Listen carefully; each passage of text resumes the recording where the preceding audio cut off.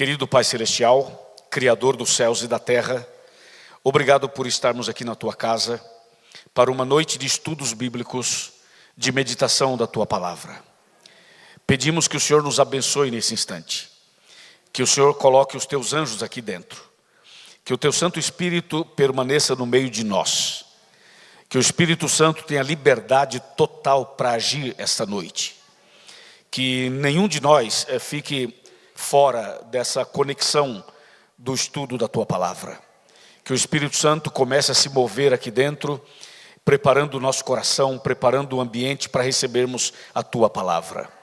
E que nada, absolutamente nada, venha tirar nossa atenção e venha impedir que tenhamos uma íntima comunhão com o Senhor.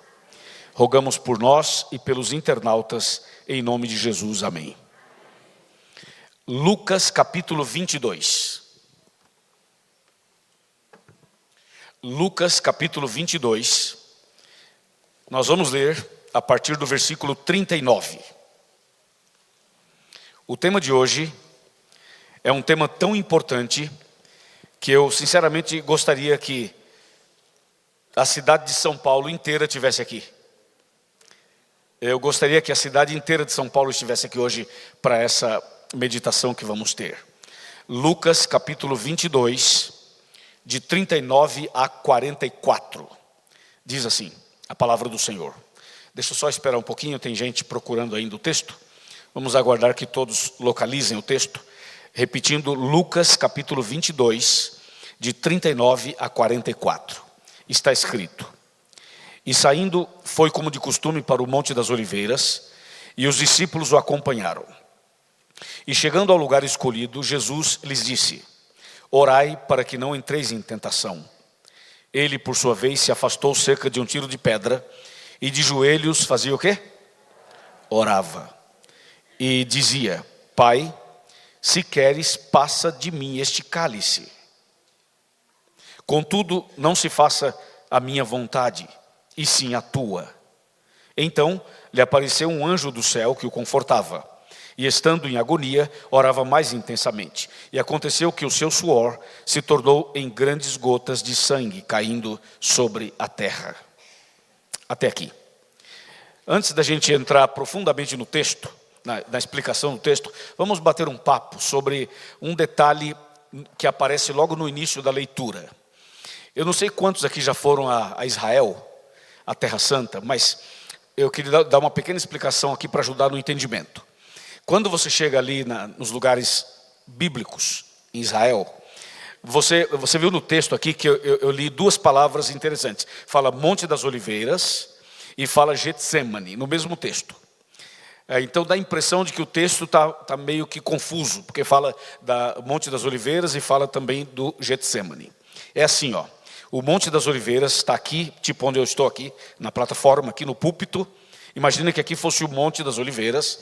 E o Getsemane é aí onde você está. É assim, você desce a montanha, já está no Getsemane. Ou seja, é praticamente junto, praticamente. Então, quando o texto falar do Monte das Oliveiras e do Getsemane, não está errado, porque realmente está junto ali. E esse episódio que aconteceu no Getsemane é um episódio extremamente importante para nós que somos cristãos. E para entender essa porção que a gente leu aqui, nós precisamos voltar um pouco no tempo para analisar como as coisas foram desde o começo. Vocês sabem que quando Lúcifer se rebelou no céu, e quando Deus o expulsou do céu, o expulsou juntamente com 1/3 dos anjos rebeldes. Então Deus expulsa o Lúcifer e expulsa 1/3 dos anjos rebeldes. E quando o inimigo vem para a terra, Deus havia criado Adão e Eva, e Deus chamou Adão e Eva e os orientou. Deus contou a história do grande conflito, a história da origem do mal para Adão e Eva. E explicou para Adão e Eva como seria a vida deles no jardim do Éden. Deus disse: vocês podem comer de tudo, isso aqui é de vocês, podem comer dos frutos todos que tem aqui. Isso aqui é a casa de vocês, isso aqui é o paraíso de vocês, isso aqui é o ambiente de vocês. Só tem uma coisa: aquele anjo que se rebelou lá em cima, ele só pode ter acesso aqui, naquele local onde está aquela árvore. Ali tem uma árvore chamada árvore da ciência do bem e do mal. Então ali, vocês não fiquem ali, não comam do fruto daquela árvore, porque ali está o inimigo fica ali. Então vocês não podem comer do fruto dessa árvore, podem comer de todos, menos daquela ali. Então vocês, por favor, entenderam bem? Sim, entendemos. Então não vá ali e não coma daquele fruto. Está bem claro? Sim, está bem claro. Você imagina Deus explicando uma coisa. Se a gente que é ser humano explica e todo mundo entende, imagina Deus explicando para Adão e Eva a origem do mal, o conflito e tal, e dando as orientações para o casal. Foram orientações precisas, claras e tudo. Além disso, Adão e Eva eram perfeitos. Então a capacidade de retenção era 100%. Ou seja, tudo estava muito claro. Não havia nada confuso, nada obscuro. Estava tudo muito bem explicado. E Deus deixou o casal ali, e vocês sabem o que aconteceu. Primeiramente a Eva caiu no engodo, caiu na artimanha, caiu no engano do inimigo. E depois o Adão também caiu. Então os dois desobedeceram a Deus, comeram do fruto proibido, transgrediram as leis de Deus, quebraram as ordens de Deus. Resultado, Adão e Eva pecaram. Pecaram, caíram, assim como caíram os anjos lá do céu. Caiu o Lúcifer e 1/3 dos anjos. Agora caíram também Adão e Eva. O pecado entrou na vida humana. Entrou nos nossos primeiros pais. E a Bíblia diz que o salário do pecado é o que, pessoal? É a morte. É a morte. E essa morte, que é o salário do pecado, não é essa primeira morte que a gente acaba convivendo com ela. Tipo assim, quando morre um parente da gente, um amigo, um familiar. Não, essa morte que a gente acaba convivendo com ela por causa de alguém da família que morre, essa é a primeira morte. O salário do pecado é a segunda morte. A segunda morte é a morte eterna, que vai acontecer depois do milênio. O salário do pecado é a morte eterna. Então Adão e Eva pecaram e mereciam a morte eterna, porque haviam pecado. Quando Adão e Eva pecaram, as primeiras coisas que aconteceram com o casal foram as seguintes: eles tiveram medo de Deus, vergonha de Deus, eles fugiram e se esconderam porque perceberam que estavam nus. Fugiram. Sabe o que Deus fez? Deus foi atrás do casal. Deus foi atrás do Adão e da Eva. A Bíblia registra em Gênesis 3, verso 9, que Deus chegou no jardim do Éden, na hora do pôr do sol, na hora da viração do dia, para o encontro diário que Deus tinha com o casal ali no Éden. E quando Deus chega no Éden, Deus percebe que o Adão e a Eva não estavam ali para o culto, não estavam ali para o pôr do sol, não estavam ali para aquele encontro diário. Então Deus pergunta e diz: Adão, onde você está? Essa pergunta de Deus não era uma mera pergunta, era uma busca. Imagina você, Deus em movimento, Deus no jardim do Éden em movimento, dizendo assim: Adão, onde você está? Adão, Adão, Adão, Adão, onde você está? Imagina um pai procurando o filho, imagina Deus procurando Adão. É lógico que essa expressão que eu estou usando é uma expressão meramente humana, porque Deus sabia onde estava Adão. Deus sabe tudo sobre nós. Mas se Deus sabia onde estava Adão, por que ele perguntou: Adão, onde você está? Se ele já sabe, ele podia falar assim: Adão, eu sei onde você está, rapaz. Você está atrás de tal árvore, eu sei o que você fez isso, eu sei onde você está. Deus podia falar dessa maneira, mas Deus não falou assim. Deus simplesmente disse assim: Adão, onde você está? Porque essa pergunta, acompanhada de uma busca, é uma pergunta reflexiva, é uma pergunta psicológica, é uma pergunta que faz a pessoa raciocinar. Tipo assim: Adão, você sabe onde você está? Adão, você sabe onde você se meteu? Você sabe o que você fez? Você sabe o que significa o que você acabou de fazer? Adão, onde você está? Tem consciência disso? A pergunta de Deus, ela é bem reflexiva. É uma pergunta que leva o Adão a pensar profundamente. E o Adão disse: Senhor, estamos aqui, nós pecamos, nós quebramos as tuas leis, e nós estamos nus, estamos com vergonha, nos escondemos, estamos aqui. Aí tem todos os detalhes, que a gente não vai entrar aqui agora, mas o fato é que Deus vai até o casal para conversar com Adão e Eva. Deixa eu dizer uma coisa para todo mundo que está aqui e para o pessoal da internet. A iniciativa da salvação não é humana, é divina. Não é você que vai a Deus, é Deus que vai a você. Não é você que busca Deus, é Deus quem busca você. Não é você que se arrepende, é Deus que faz você se arrepender. Não é você que se batiza, é Deus quem te batiza. Não é você que se salva, é Deus quem te salva. É Deus quem vai a você. Deus é quem, a obra da salvação é obra de Deus na nossa vida. Se dependesse de nós mesmos, estaríamos irremediavelmente perdidos. Claro que nós temos que tomar uma decisão, óbvio. Nós temos que aceitar, nós temos que decidir, nós temos que nos entregar, óbvio. Mas quem faz a obra da salvação em nós é Deus. Então Deus foi até o casal. E quando Deus chegou ali onde estava o casal, Deus estava conversando com os dois. E o inimigo estava de olho. O inimigo estava de ouvido. É como se tivesse assim, tipo na esquina. Entendeu? Observando. E Deus conversando com o casal. E o inimigo preparou uma acusação, uma armadilha, uma arapuca. O inimigo queria pegar Deus, queria desmoralizar Deus, queria colocar Deus numa situação bem complexa. E o inimigo ficou observando o que Deus faria com aquele casal. Bom, Deus vai ter que fazer alguma coisa, porque Deus disse: se vocês comerem do fruto, certamente morrerão. Se vocês comerem, vocês vão morrer, certamente. E o casal comeu. Então o inimigo pensou assim: o que Deus vai fazer? Vai matar os dois ou não vai? Então aí vem a armadilha, a acusação armada. O inimigo pensou assim: se Deus matar os dois, eu vou acusar Deus. E se Deus não matar e perdoar os dois, eu vou acusar do mesmo jeito. Então o esquema era assim, ó.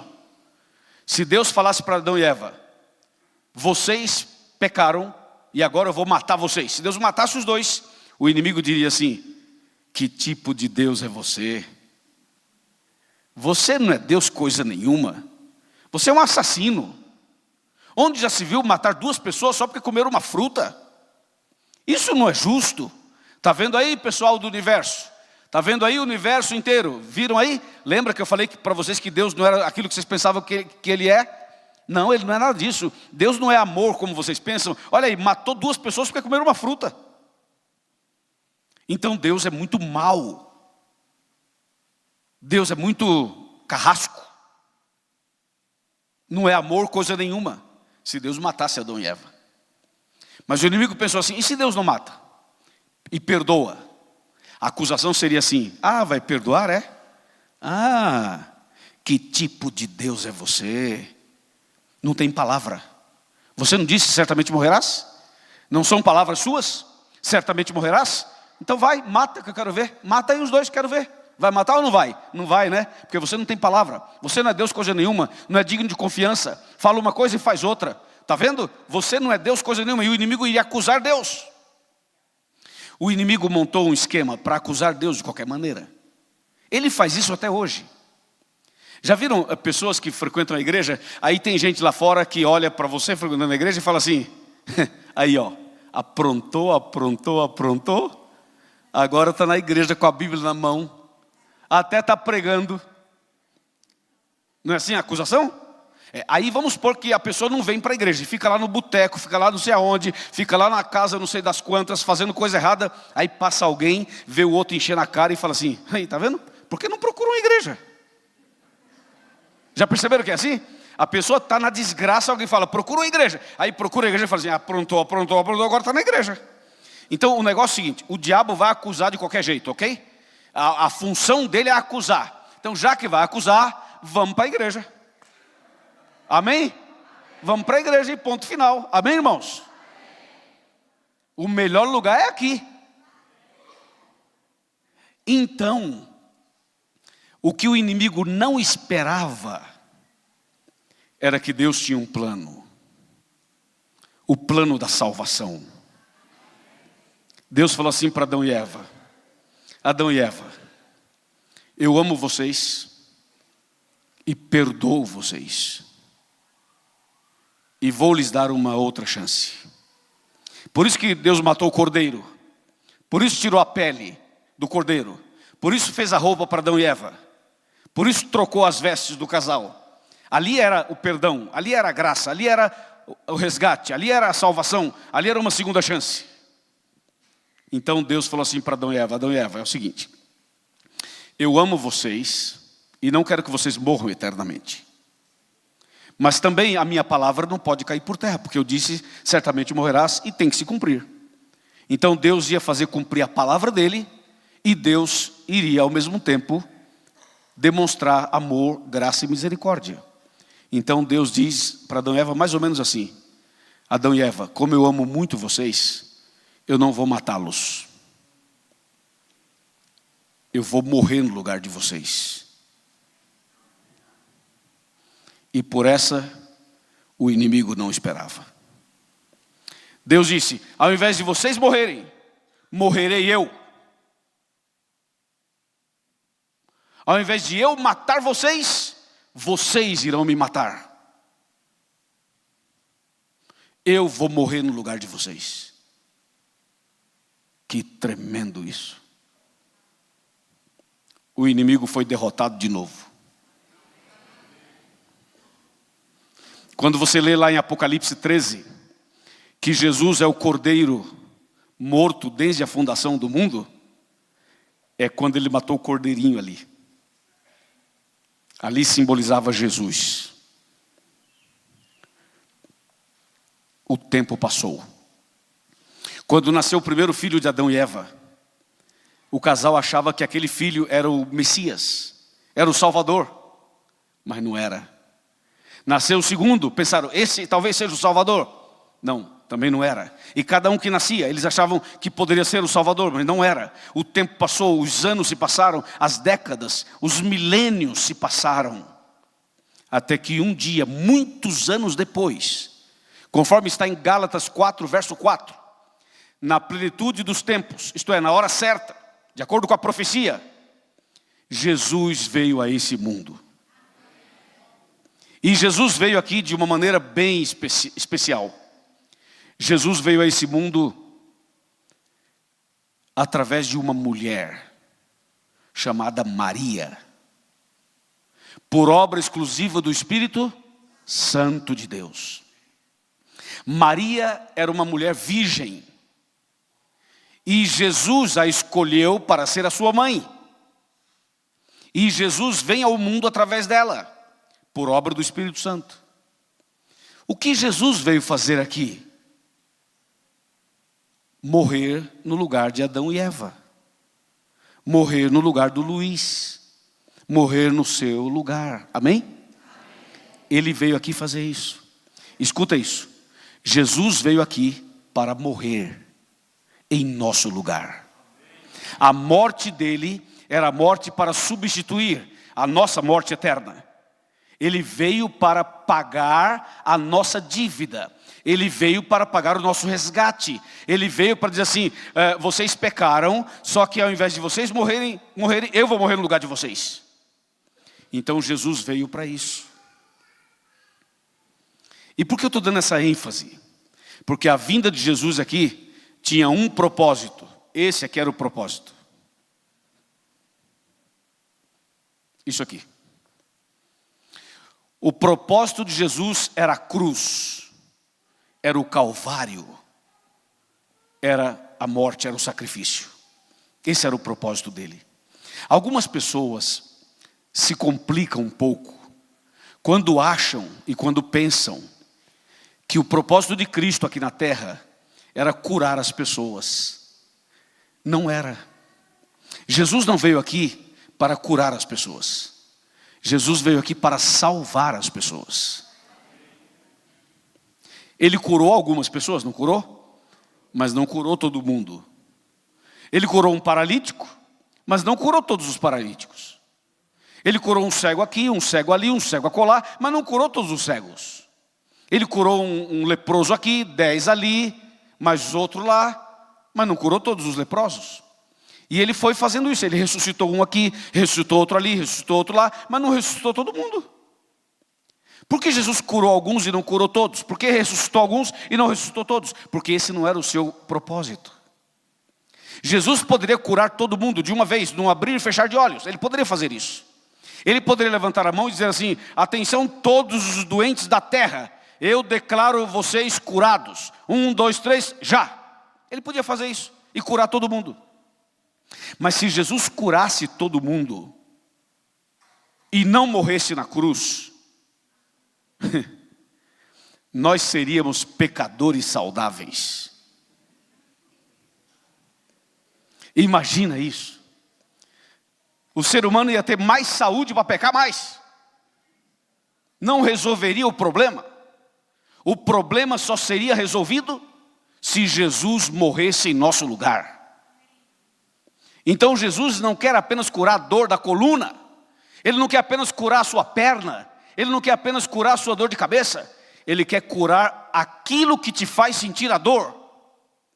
Ele quer resolver o problema na sua raiz. E a raiz do nosso problema se chama pecado. E Jesus veio para resolver o problema do pecado. E a única maneira de resolver o problema do pecado era Ele dando a vida na cruz do Calvário. Diga amém, irmãos. Por isso Ele veio.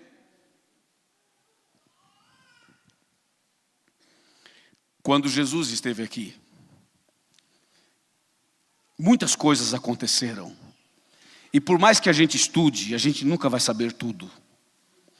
Tem tanta coisa que eu estudo, medito, vocês estudam e meditam, e a gente não sabe quase nada, né? Estamos aprendendo cada dia. Mas observem isso.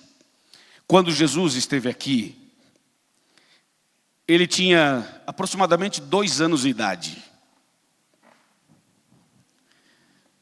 Vocês lembram do episódio que Herodes mandou matar as crianças de 2 anos para baixo? Lembram desse episódio?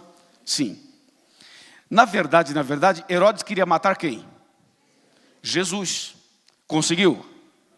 Não. Deus protegeu Jesus, né? Tá. Aí passou o tempo.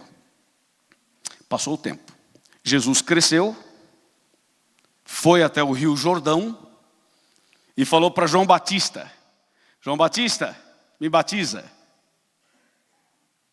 João Batista falou assim: Jesus, o senhor é que tem que me batizar, não eu batizar o senhor. Jesus falou assim: João, tem que cumprir a justiça, a profecia, me batiza. E João batizou Jesus. Por que Jesus foi batizado, hein?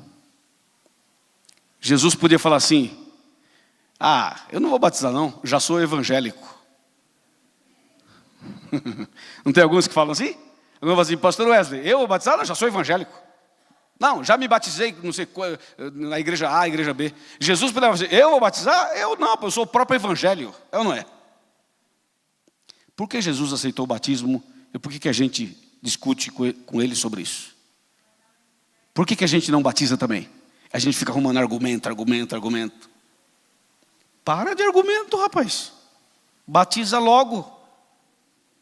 Uai, sou. Tem aqui o Aissô?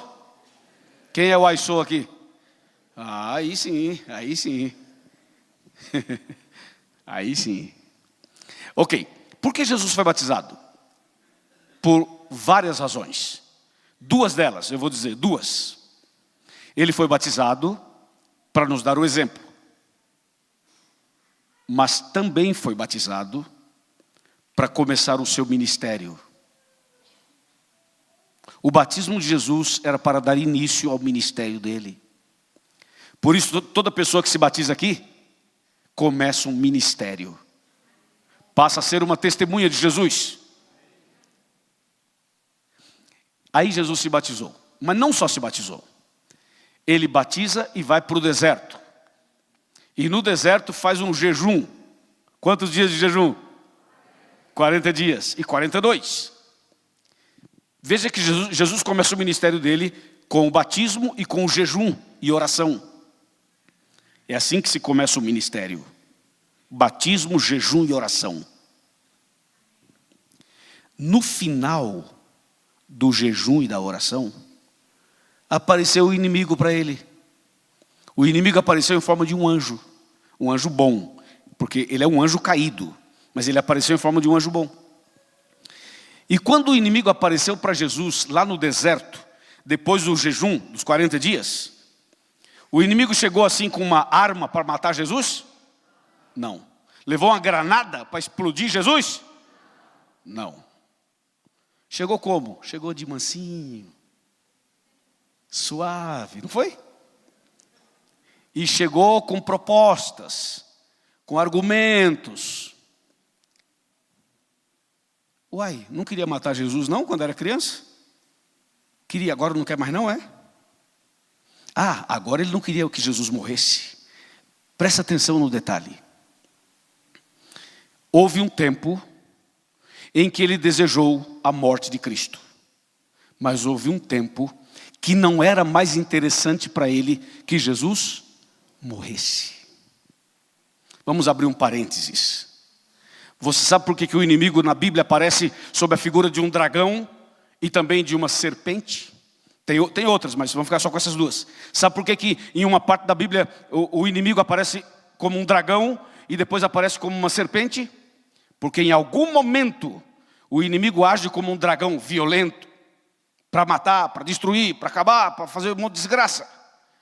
Mas outras vezes, ele vem com a sutileza de uma cobra, com a perspicácia, com aquela sedução de uma cobra. Veja que depois do batismo, depois dos 40 dias, o inimigo vem de mansinho e fala assim: se tu és filho de Deus, transforma as pedras em pães. Jesus logo percebeu e disse: está escrito, nem só de pão viverá o homem, mas de toda a palavra que sai da boca de Deus. Atenção, por que nessa hora, depois do batismo, depois do jejum, depois da oração, o inimigo não vem para matar Jesus, mas vem para tentar Jesus ao pecado? O inimigo queria que Jesus pecasse. Nessa ocasião, ele queria que Jesus pecasse. É curioso isso, né? Porque a partir do momento em que Jesus começou o ministério dele, a partir do momento em que Jesus inicia o seu ministério, através do batismo, do jejum e da oração, a hora que Jesus morresse, salvaria todos nós e derrotaria o inimigo. Por isso o inimigo não queria que Jesus morresse, mas queria que ele pecasse. Por isso veio com as tentações. Vamos abrir aqui um parênteses aqui para uma pergunta. Atenção, internautas. Se o inimigo pudesse matar uma pessoa, quem vocês acham que ele mataria? Quem está na igreja firme na fé? Ou quem está lá fora, longe de Deus? Ou quem está na igreja firme com Jesus?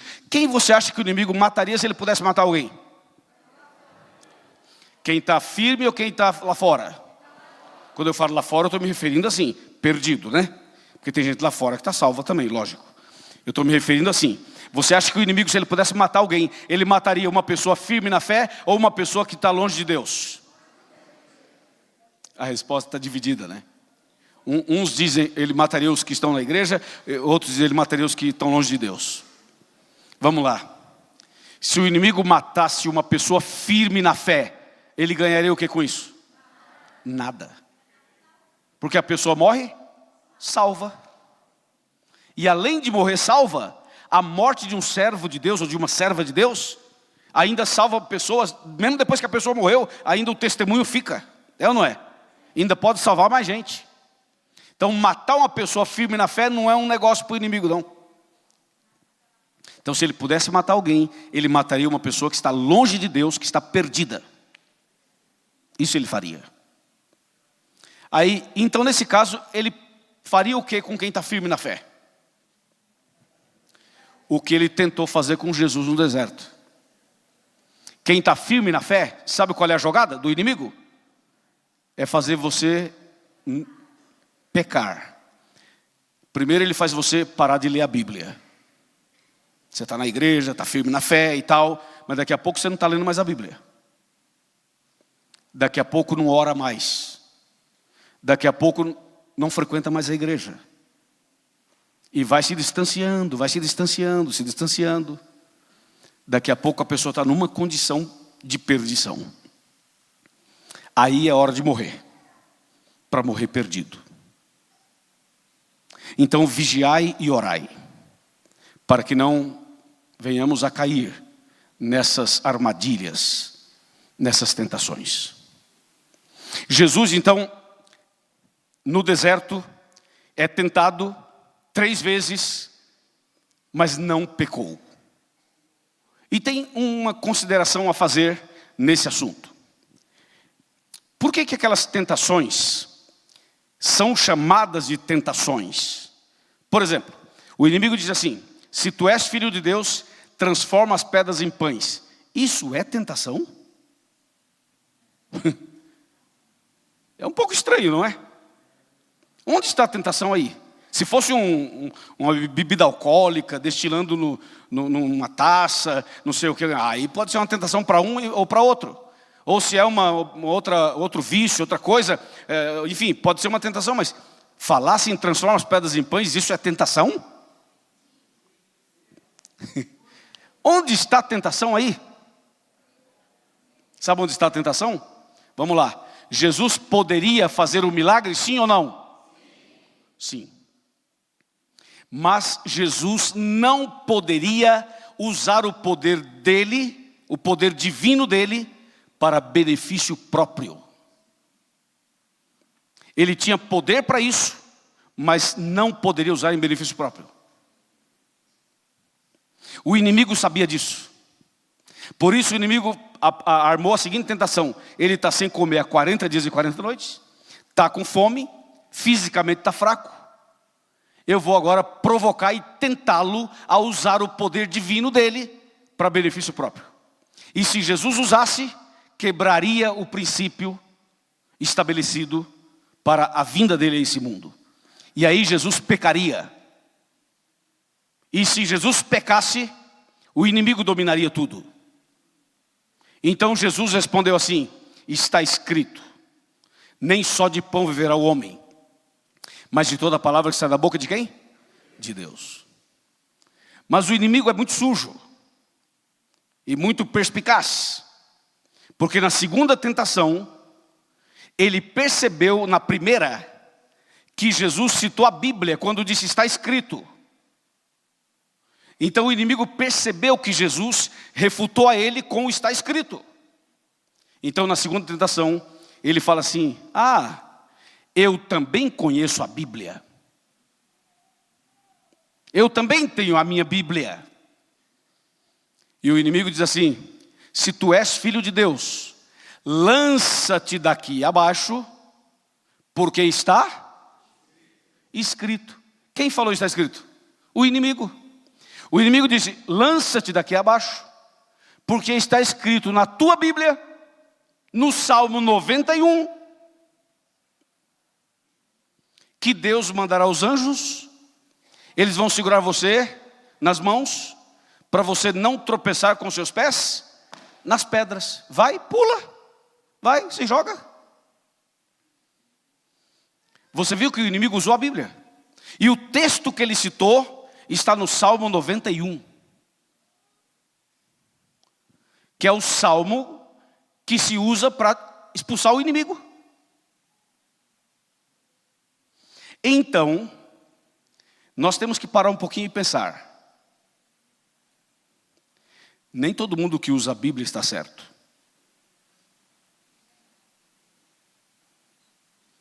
Entendeu ou não? Porque nós temos uma mania de pensar assim: para mim não importa a igreja. Falou de Deus, tá bom. Já ouviram isso? Falou de Deus, tá bom. Usou a Bíblia, tá bom. Não, não é assim não. Porque se fosse assim, o inimigo estava certo. Mas o inimigo usou o texto fora do contexto. Tanto é que Jesus refuta essa tentação, refuta o texto bíblico que o inimigo citou, com outro texto bíblico. Jesus disse, mas também está escrito, não tentarás o Senhor teu Deus. Parecia um debate bíblico, não parecia? Imagina duas pessoas de duas denominações. Um fala assim, está escrito isso, outro está escrito isso. Eu sou assim porque diz assim a Bíblia, outro diz eu sou assim porque diz assim a Bíblia. Jesus continuou falando, está escrito. E o inimigo parou de falar.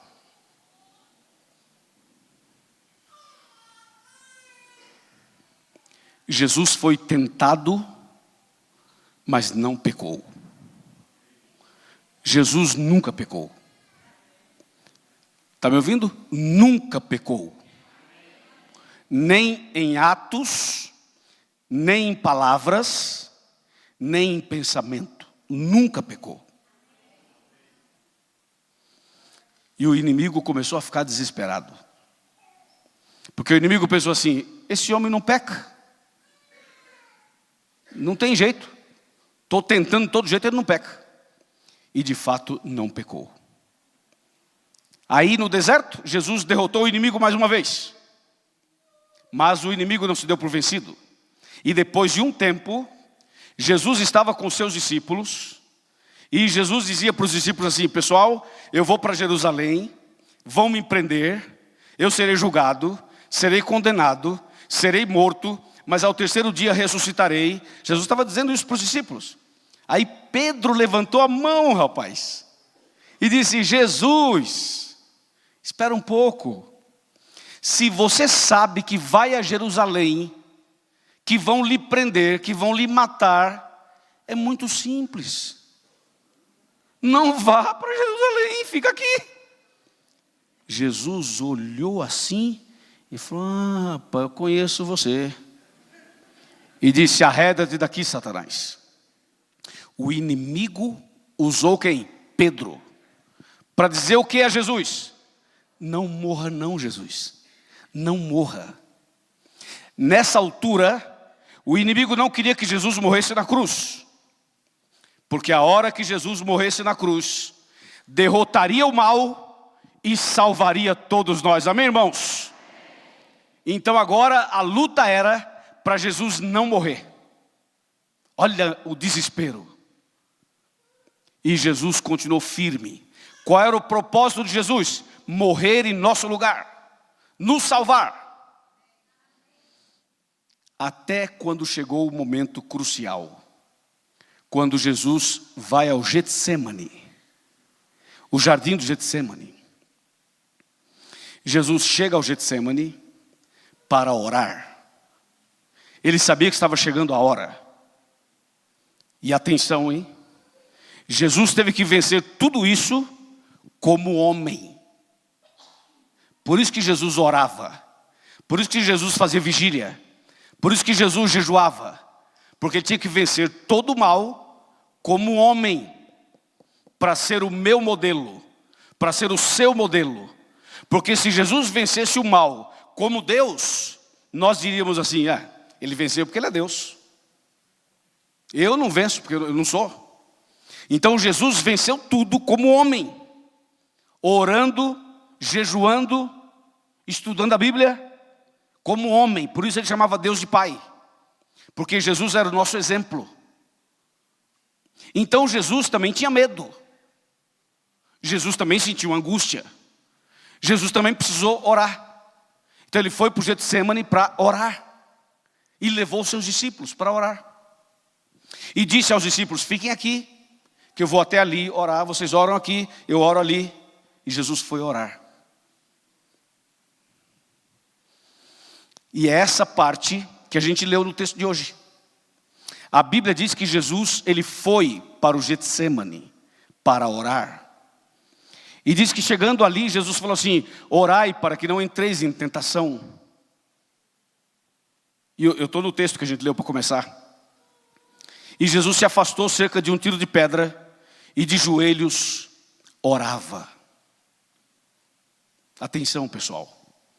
Atenção, internautas. Muita atenção. Jesus foi orar. Aquele momento foi dramático, porque não era só oração, envolvia sentimentos de Jesus. E foi no Getsêmani que começou a pesar sobre Jesus a carga de todos nós. Como diz Isaías 53, Jesus estava levando sobre si os pecados de toda a humanidade. A pressão sobre ele era muito grande ali. Por isso que diz a Bíblia que Jesus orava intensamente. Intensamente. Em angústia de alma, ele orava. E foi exatamente nesse momento que a Bíblia registra que Jesus começou a transpirar, o que mesmo? Sangue. Imagina a angústia, imagina a intensidade. Saía sangue dos poros dele. Jesus estava orando ali por você, por mim e por ele. E quando Jesus estava orando em angústia, sangrando, saindo sangue dos poros, a Bíblia diz que Deus mandou um anjo do céu para confortar Jesus. Que bonito, né? O anjo veio para confortar Jesus. Mas Jesus estava ali, orando, sangrando, clamando, em agonia e angústia. E chegou o momento em que Jesus fez uma parte da oração dele, está na Bíblia. A Bíblia diz que Jesus orou assim: Pai, se for possível, passa de mim este cálice. Você sabe o que significa isso? Isso significa exatamente assim: Deus, se o Senhor puder salvar as pessoas sem que eu morra, faça isso. Se Jesus quisesse desistir, ele poderia desistir ali. Se Jesus quisesse voltar para os céus, ele poderia voltar. Ele poderia falar assim: Deus, não quero mais, eu desisto. Ele poderia, se ele quisesse. A primeira parte da oração que ele fez foi exatamente essa: Deus, meu Pai, se for possível, passa de mim este cálice. Quando Jesus fez essa primeira parte da oração, o céu parou. O inferno, entre aspas, a palavra inferno entre aspas, o inferno parou também. O universo inteiro parou. O título desse sermão é O Dia em que o Universo Parou. Foi nesse dia. Quando Jesus fez a primeira parte da oração: meu Deus, se for possível, passa de mim esse cálice. O céu parou, o universo parou, o inferno parou, o inimigo se levantou e o inimigo arregalou seus olhos juntamente com os anjos maus e pensou assim: gente, ele vai desistir. Ele vai desistir. Tudo bem, ele não pecou, mas ele vai desistir. Ele vai desistir. Eu imagino o inimigo e os anjos maus numa só voz, num coro, dizendo assim: desista, desista, desista, desista, desista. Jesus, quando fez a oração: Pai, se for possível, passa de mim esse cálice. O inimigo pensou: ele vai desistir, ele tem que desistir. Mas Jesus continuou de joelhos.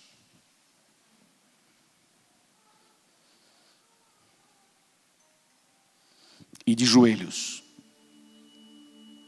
ele concluiu a oração.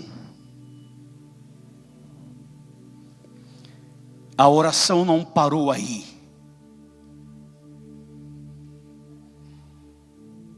Jesus disse: contudo, não se faça a minha vontade, e sim a tua. Quando Jesus termina a oração, e diz: Pai, seja feita a tua vontade.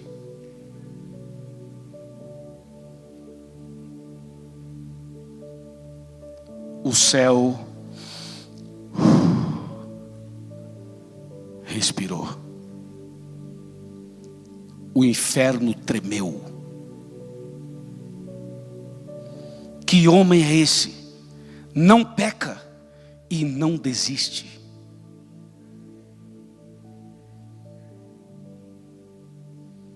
O céu se alegrou.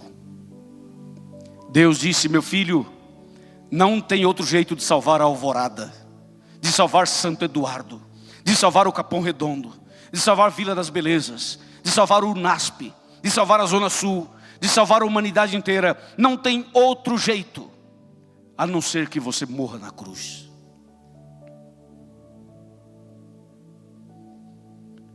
Jesus se levanta da oração.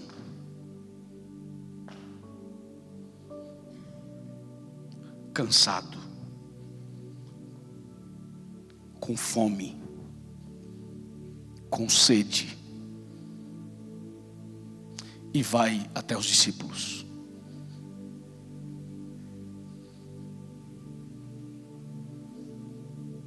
Ele estava abatido, estava todo manchado de sangue. Um dos seus discípulos, chamado Judas Iscariotes, se aproxima de Jesus e lhe dá um beijo e disse: mestre.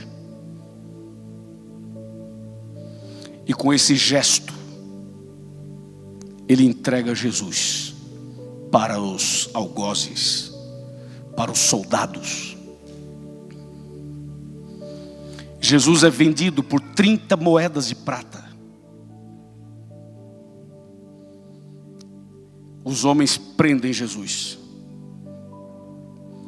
agarram Jesus com violência e começam a levar Jesus para o julgamento.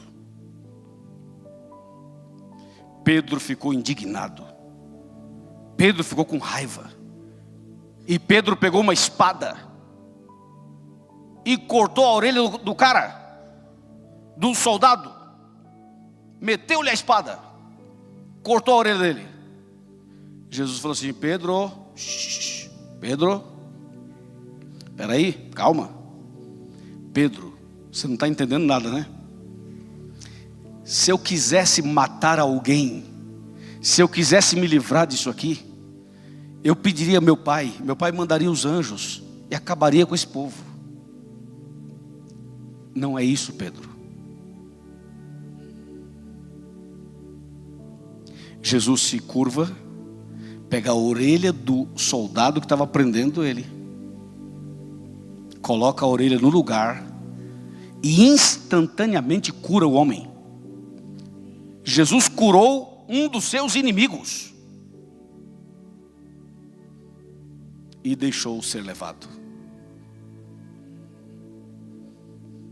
Jesus é levado para um líder, depois para outro líder, vai para cá, vai para lá, cada um tentando se livrar. Não é comigo, não é da minha cidade, não é da minha jurisdição, não sou responsável por isso, manda para lá.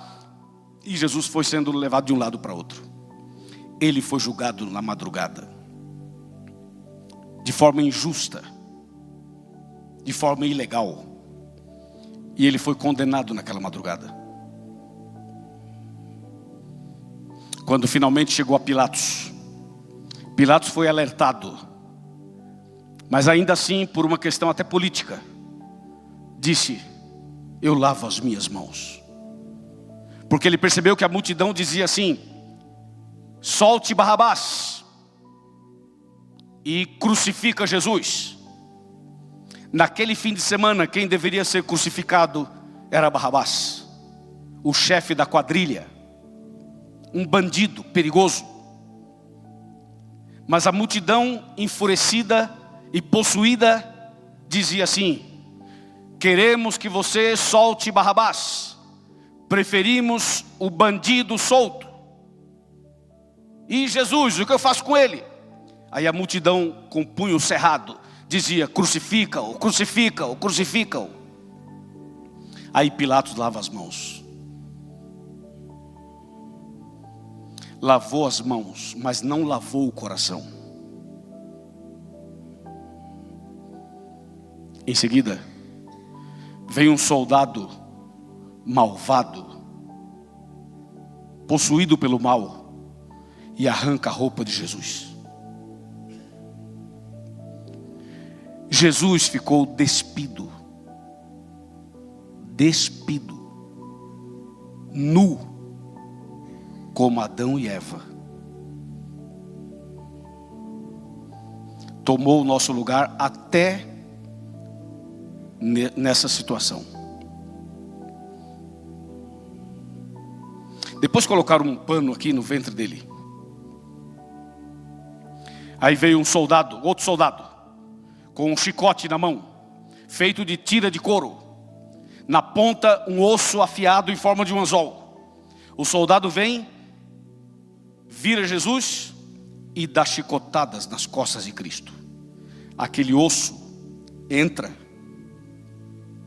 e o soldado puxa sem dó, rasgando as costas de Cristo. Jesus levou várias chicotadas. Ele estava sangrando pelos poros. Agora estava sangrando as costas. Estava com fome, com sede, com frio. Rejeitado e abandonado por todos. A multidão que um dia aclamou a sua entrada em Jerusalém, naquele famoso dia em que diziam: Hosana, o que vem em nome do Senhor. Aquela multidão que parecia adorá-lo, agora estava dizendo: crucifica-o. Foi rejeitado pela multidão. Os discípulos abandonaram Jesus. Ele ficou sozinho.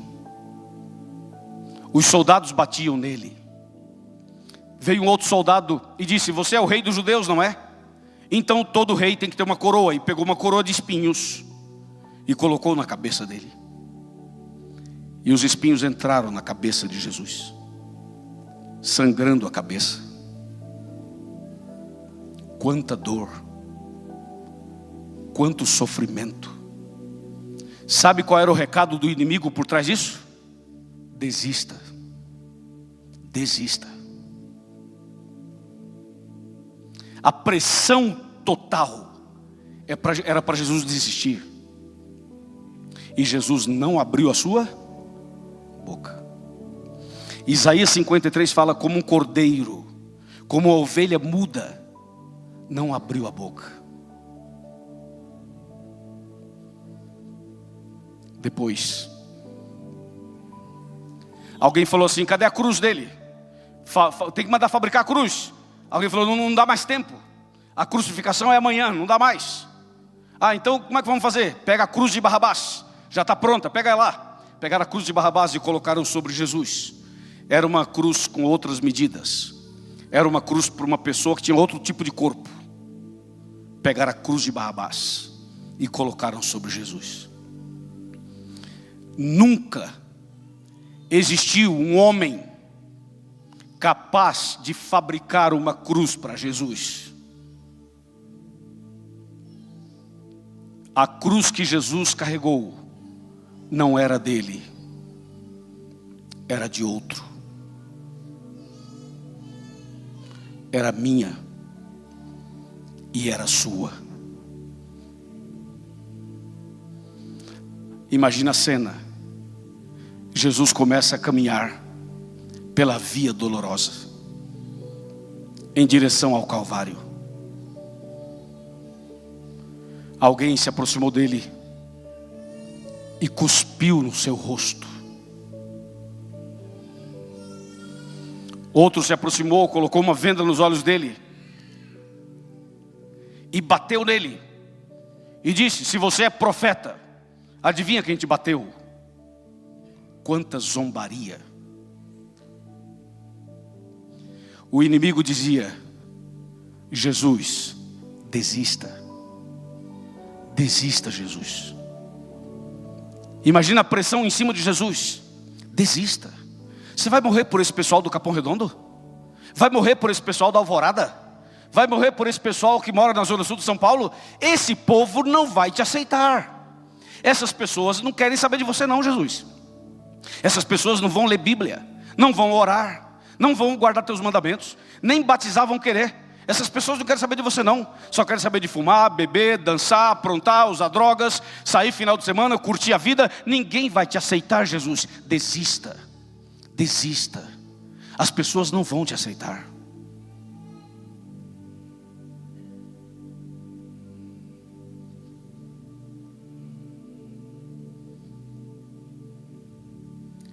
Sabe por que Jesus não desistiu? Porque ele sabia que mesmo com a possibilidade de alguém rejeitá-lo, ainda assim, alguém iria aceitá-lo. E sabe por que Jesus não desistiu? Olhem para mim. Olhem para mim. Por sua causa. Sabe o que motivou Jesus a ir até o final? O amor que ele tem por você.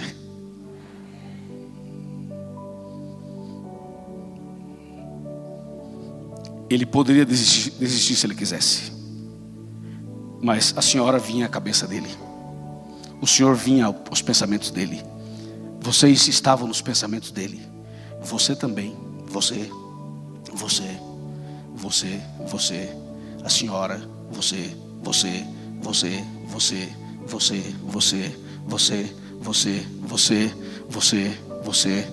lá em cima, você da internet, e eu também. Jesus não apenas desistiu da cruz. Ele não desistiu apenas, a intenção não era assim, desistir da cruz somente. Não era apenas isso. Não desistir da cruz significava não desistir de você. Porque desistir da cruz era desistir de você. Você já desistiu de alguém? Talvez sim. Já se cansou de alguém que você tenta ajudar e a pessoa não colabora? Já desanimou e disse assim, não aguento mais, eu desisto, eu lavo as mãos, vai para o teu canto que eu vou para o meu? Jesus não é assim. Jesus não age assim. Jesus olhou para a senhora e disse, e para o senhor falou assim, eu sei que você é pecador, eu sei que você vai ter lutas, eu sei que você vai ter problemas, eu sei que você vai enfrentar batalhas, mas eu amo você e vou morrer por você. Você pode não me aceitar, mas eu te aceito e vou morrer por você. O inimigo jogava sujo, dizendo assim, não adianta Jesus, não adianta você morrer na cruz, não adianta, essas pessoas não vão te aceitar. Pois esta noite, aqui nesta igreja, eu quero ver quem estava certo. Será que o Satanás estava certo? Quando falou assim, não morra, que esse povo não vai te aceitar? Ou será que Jesus estava certo? Está fraco, Jesus estava certo? Está fraco, Jesus estava certo? Então quando eu fizer um apelo, demonstre que Jesus estava certo e aceite. Porque se você não aceitar, você está dizendo assim, o diabo estava certo.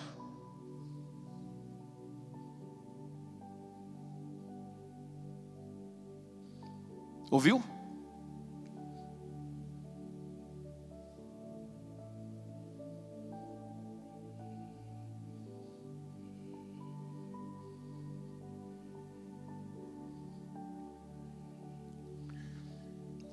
Jesus caiu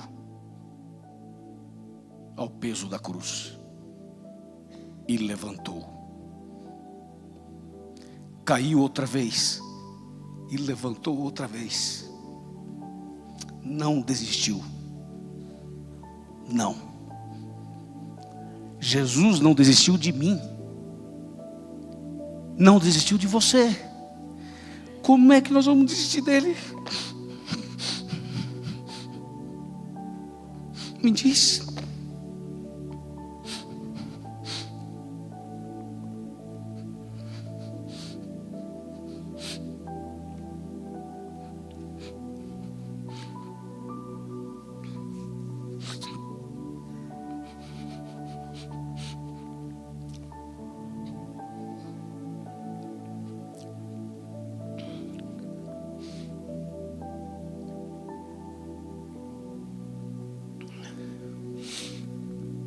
Não podemos desistir dele. Está me ouvindo? Não desista dele, porque ele não desistiu de você. A pressão foi violenta, mas ele não desistiu. Foi até a cruz, foi até o Calvário. E lá em cima deitaram a cruz no chão e deitaram Jesus em cima da cruz, no chão. Pregaram Jesus. Sabem por que os pregos foram nas mãos e nos pés? Porque a intenção não era matar de uma vez. A intenção era torturar, para ele desistir da cruz, para desistir de você. Olha a crueldade. Pregaram Jesus e levantaram a cruz. O nosso Salvador, o nosso Criador, estava pendurado entre o céu e a terra, e o sangue dele caindo gota a gota, gota a gota. O Criador dos céus e da terra estava exposto ao ridículo. E olha a última cartada do mal. Jesus estava na cruz. De um lado tinha um ladrão, não tinha? E do outro tinha outro ladrão, não tinha? Um ladrão se arrependeu, não foi? O outro não, certo? Você sabe o que o outro que não se arrependeu falou? Olha isso, anota isso aí. O outro que não se arrependeu falou assim: aí Jesus, você não é o Messias?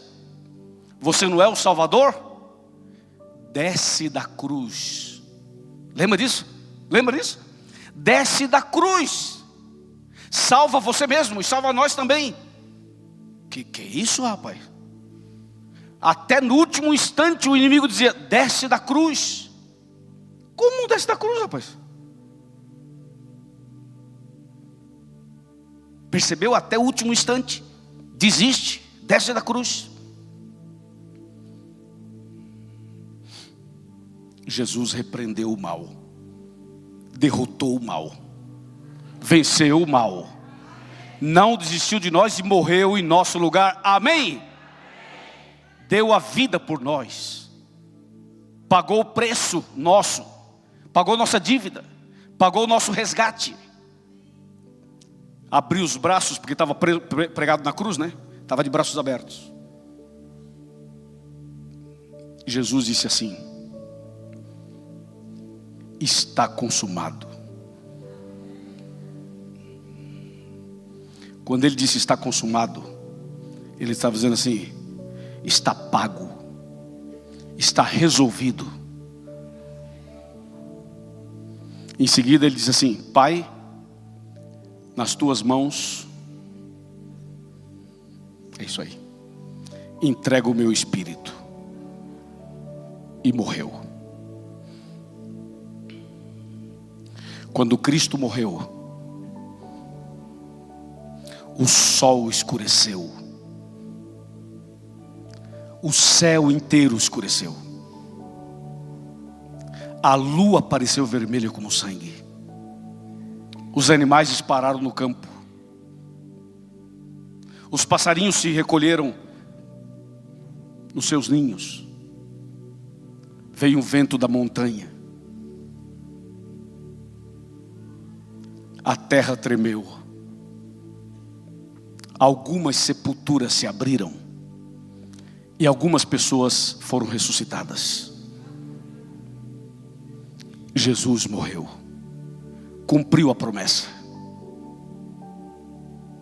Quando Jesus morreu, o inimigo disse: estamos perdidos. E de fato, o inimigo foi derrotado de novo, definitivamente derrotado. Mas o inimigo pensou assim: mas ainda eu tenho que tentar mais uma coisa. Ele morreu, tudo bem que ele morreu, mas ele não vai ressuscitar.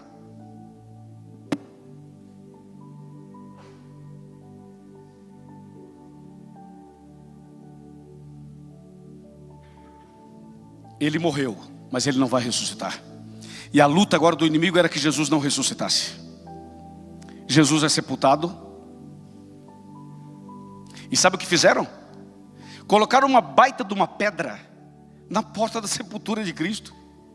Vários homens, uma multidão para empurrar aquela pedra até lá, para tapar a sepultura.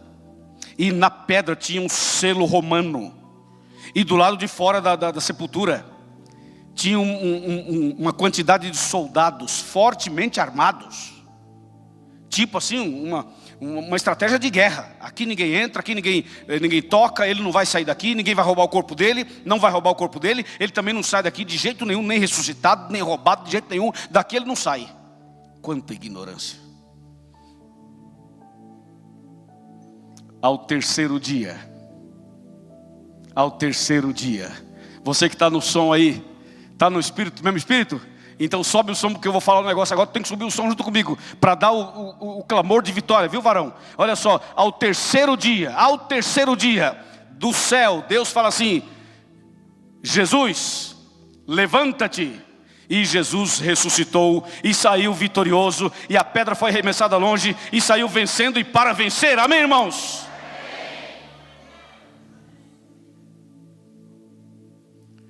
Jesus saiu da sepultura, a pedra foi longe, os soldados desmaiaram, ninguém viu nada. E Jesus ressuscitou. Rapaz, que tremendo isso. Deixa eu contar uma coisa para vocês. Aqui na poltronazinha do Chega Mais Perto. Atenção. Eu já fui a Israel mais de uma vez. Quando eu estive lá, tudo é impressionante, para mim pelo menos, tudo impressionante. Mas sabe o que mais me impressionou? A tumba de Jesus. Eu peguei uma fila para visitar a tumba dele. Quando você for lá, você vai ver, tem fila. Lá é fila toda vez que você for, para visitar o túmulo de Jesus. E eu estou na fila, e pensando em tudo isso. Foi chegando a minha vez. Meu coração foi acelerando, né? Chegou minha vez. Eu já comecei a chorar. Aí quando eu fui entrando na sepultura dele, tem uma porta já fica aberta para os turistas. Quando eu estava entrando assim, em cima da porta tem uma frase, e essa frase está na Bíblia. A frase é: Ele não está aqui, ressuscitou. Gente do céu, eu desabei. Mas desabei. Que coisa mais extraordinária do mundo. Eu entrei na sepultura de Cristo, sentei no chão, e realmente Ele não está lá. Eu sou testemunha ocular de que a sepultura está vazia. Fiquei sentado lá, chorando e pensando e conversando com Ele. Depois me ajoelhei e fiz um pacto com Deus. Eu disse: Deus, aconteça o que acontecer, eu vou pregar a Tua palavra até morrer. Por isso que eu estou aqui hoje, e por isso que eu sou evangelista. É por isso.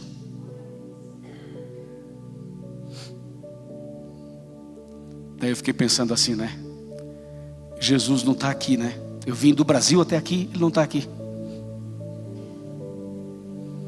Perguntei: e onde será que Ele está?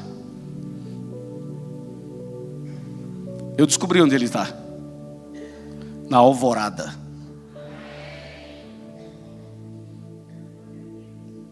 Ele está aqui. A pergunta minha não era onde Ele está. Eu fiz a pergunta errada. A pergunta, sabe qual é? Onde Ele não está. Essa é a pergunta. Onde Jesus não está? Me diz aí.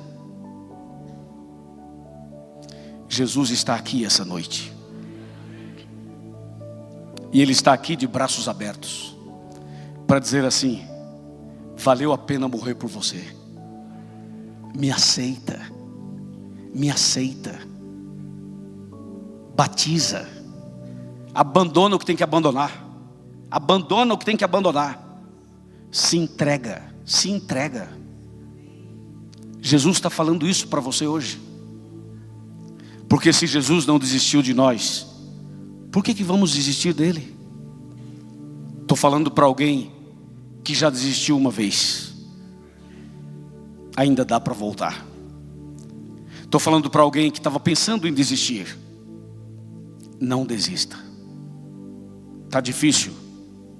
Tá, mas não desista. Está pesado? Está, mas não desista. Você não entende um monte de coisa? Não entende, mas não desista. Você não está conseguindo vencer um problema? Ok, mas não desista. Está me entendendo? Você está passando por um turbilhão, mas não desista. A crise chegou, mas não desista. Ninguém te entende, ninguém te aceita. Não desista, não importa o que aconteça. Jesus ficou sozinho, abandonado, morreu entre dois ladrões. Os discípulos foram embora, todo mundo foi embora. Ele ficou sozinho e não desistiu de você. Não desista, meu amigo. Não desista. Nunca, nunca. Ninguém deve desistir. Por mais que a sua batalha seja terrível, não desista. Jesus está aqui para te ajudar. Jesus está aqui para te abraçar. Jesus está aqui para levantar você. O Jesus que não desistiu vai entender você, vai ajudar você. Ele sabe as suas lutas, suas tentações. Ele sabe quais são os seus bloqueios, quais são os seus problemas. Ele sabe quais são suas lágrimas, suas depressões, sua ansiedade, sua noite em claro, as noites de insônia, os problemas de remédio, a cirurgia, a doença, a crise no casamento, a crise na família, a crise financeira. Jesus sabe tudo o que você está passando, mas Ele olha para você e diz: eu entendo você, porque todos me abandonaram, mas Ele não desistiu de você.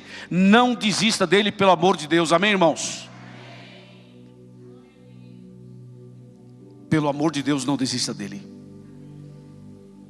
Porque logo, logo Ele vai nos tirar daqui. Logo, logo Ele vai nos tirar daqui e vai nos levar para um novo céu e para a nova terra. Esse é o nosso objetivo: aceitar Jesus e morar com Ele para sempre.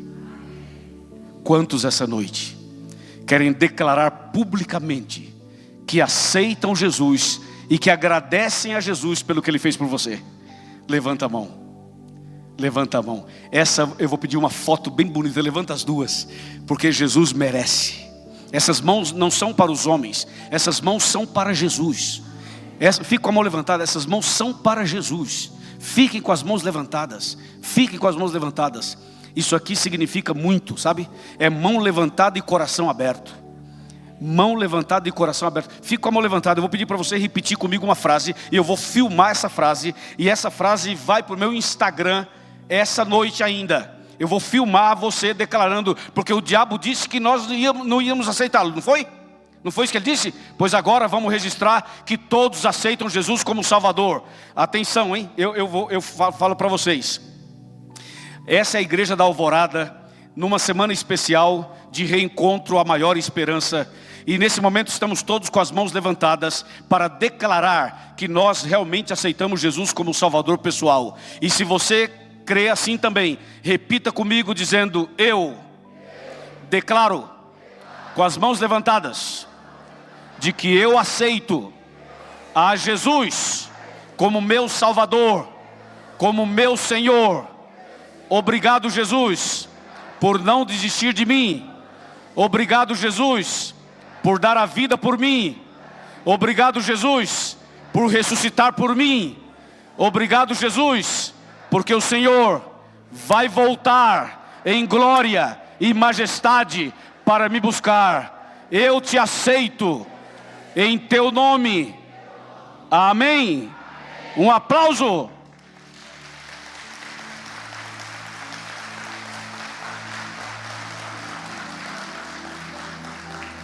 Tínhamos que fazer essa declaração. Nós tínhamos que fazer.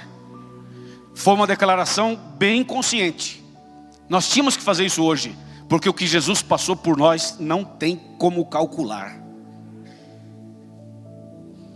E agora eu vou fazer uma pergunta. Quem aqui vai aceitar agora o batismo? Agora eu quero ver. Quem aceita que eu ore para você se batizar? Não importa a data, tá ok? Não importa a data. De repente você fala assim: não, mas para essa semana eu não posso. Não tem problema, eu preciso me preparar. Tá tudo bem. Eu quero saber da decisão e não da data. Eu quero saber da decisão e não da data. Quem aceita o batismo, levanta a mão. Fica em pé para dizer para o universo inteiro que o sacrifício de Jesus não foi em vão. Não foi em vão. Você que aceita se batizar, fica em pé. Ou rebatizar aqueles que estão afastados, que se afastaram e precisam nascer de novo. Fica em pé, por favor. Levante-se agora, em nome de Jesus, dizendo: eu aceito, e não só aceito, como eu quero entrar naquele batistério lá, e quero que o pastor Wesley me batize, porque eu quero ser uma nova criatura, e quero demonstrar para o universo inteiro que o sacrifício de Jesus não foi em vão.